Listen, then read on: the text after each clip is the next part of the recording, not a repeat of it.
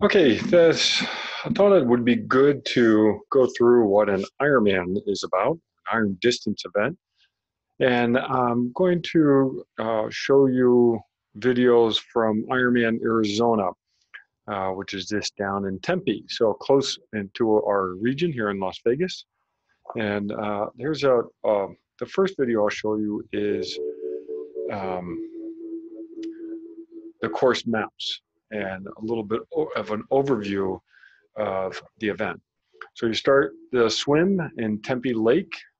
It's not beautiful water, and you'll see in just a bit. And you swim 2.4 miles. You get out of the swim, you jump on your bike, and you do 3 loops of a course that ends up being 112 miles total. And it's very common for iron distance races to use loops.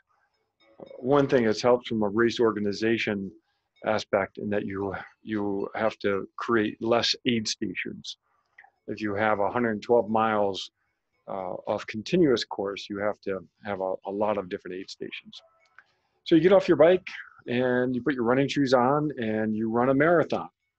And you use this course here, which is 13.1 miles each loop, and you do 2 loops for 26.2 miles.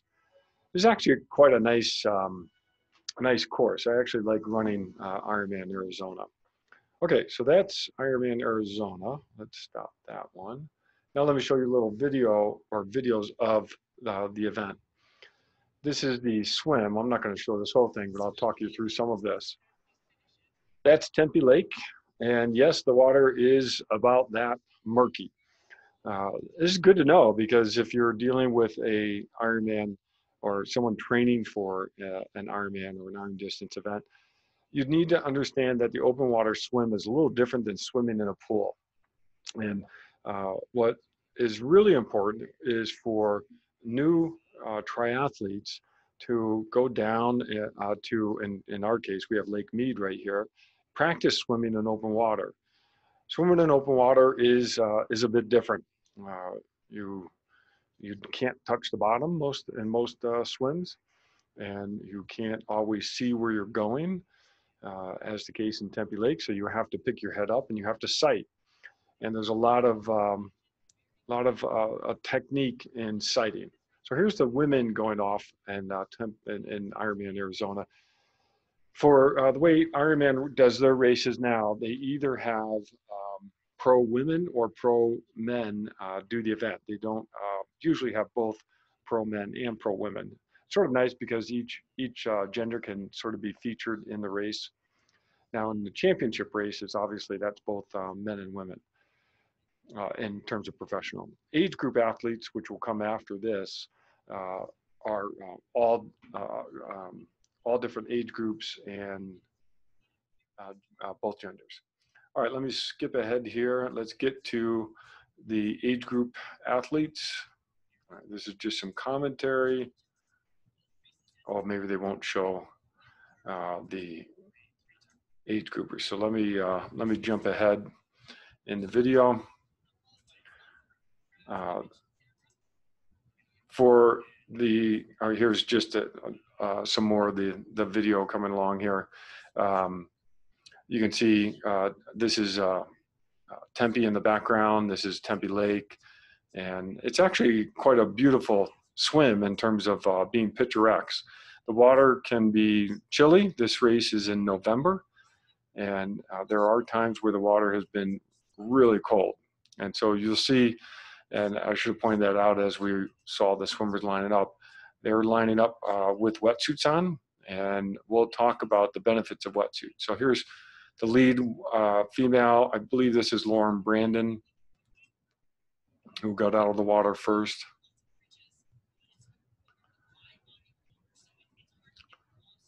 And again, this is, you can see her sighting there, checking and seeing where she's going.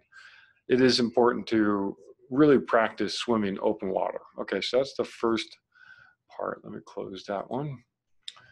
This is part 2. Here's Lauren Brandon getting out of the water. and running to the bike. So this is what we call transition 1, so or T1. There's the Tempe Lake, and running along here. It's actually quite a long run. They modify the course a little bit each year, but in this year, they had the swim exit, probably almost a kilometer run before you got on your bike. So you can see she's running with her wetsuit halfway down. We've actually done some research on running economy with your wetsuit, running with your wetsuit halfway down, taking it off and carrying it.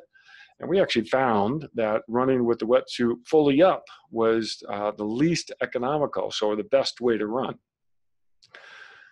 But she's getting close to getting her run gear, or excuse me, her bike gear, so she's trying to get her wetsuit off. So you see, she's been handed a bag. That's the bag of her bike gear, her helmet, her shoes, any other gear that she's going to put on for the bike ride. She heads into a changing tent and takes the wetsuit fully off. In that point, most athletes, there's the second place swimmer getting out of the water.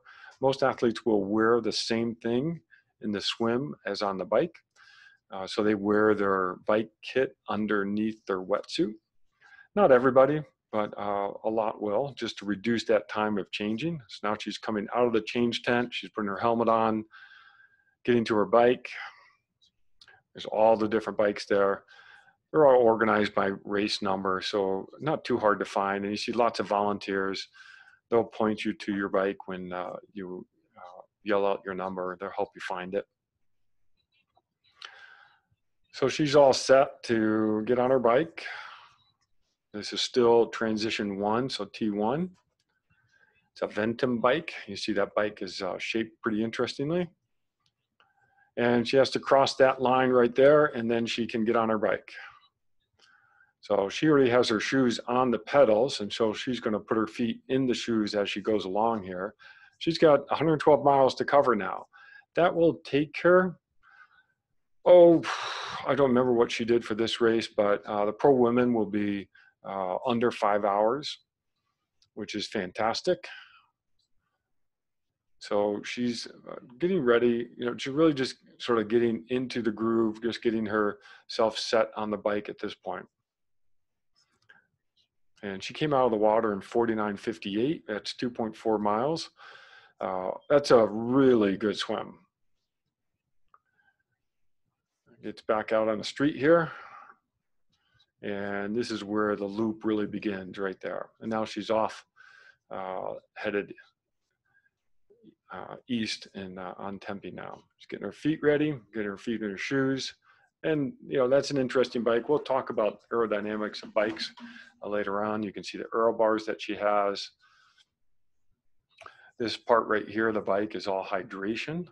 So she actually has fluid on her bike. And the front part of her bike is also a reservoir for fluid.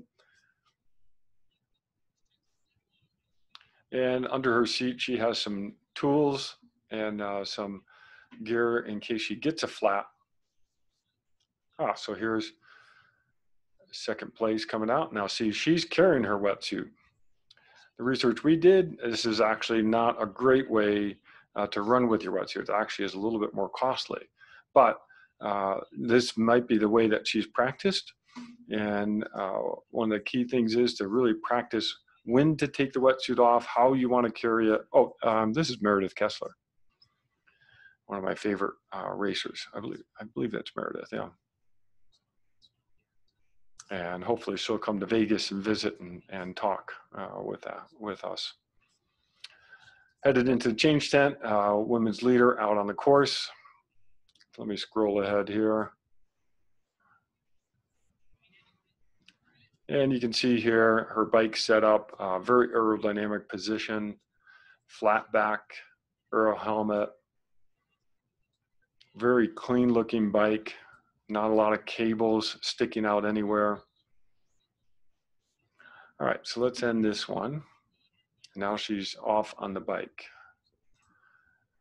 And this looks like a little bit more of the bike portion. And you can see this person, who's this? This is Sarah Crowley. I believe she won the race overall. She's in third position right now, or third out of the water at that point. 55:09 is still fantastic. But now you can see she has full sleeves here. Sometimes athletes will do this on a cooler morning. And Arizona can be a little cool in the morning. And then it might be that she has sleeves here and she can take those off halfway through the race and then drop them off at an aid station. So now you see other athletes going in the other direction. Those are the age group athletes. This is a downhill section of the course coming back into town here. Yeah, scroll ahead here. Sometimes watching an Ironman race on live, it's like watching paint dry. It's still biking. Oh, can you see? She has compression sleeves on her leg too. I should have pointed that out. We'll talk a bit about compression gear at some point this semester. And let me jump ahead. Here's some more athletes at a different stage. Oh, that's Laura Brandon. I think she's still in first place at this point. And let's go all the way over. Oops. And they're just keeping track of the two athletes. And now I'll skip ahead. For whatever reason, they did not have the T2, so I found this section of the video that has a little bit of it. So Meredith Kessler, one of my favorite athletes. All right, dropping off the bike here. Oh, she still has her sleeves on. That's interesting. And this is one of the racers headed out on the run. I think this is Lauren Brandon at this point. And so this is the run course. This is, she's going to run ultimately across that bridge and then back on the other side and do 2 loops of a 13.1. So this is the same thing she swam in underneath her wetsuit. She biked in this and now running in it. This is headed out in the other direction. This is another athlete.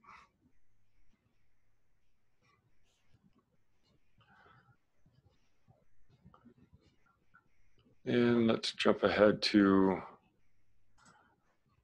there's Meredith. And here's the finish. And this, yeah, that was Sarah Crowley there. Coming in for the finish. Extremely happy. 8:49, that's great.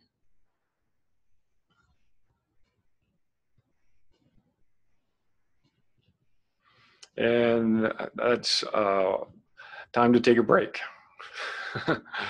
So pretty neat. The finish line is often considered the happiest place. This is Heather Jackson. She's a fantastic athlete, great runner for sure, super strong biker. Here's Meredith Kessler coming in third, which is pretty amazing.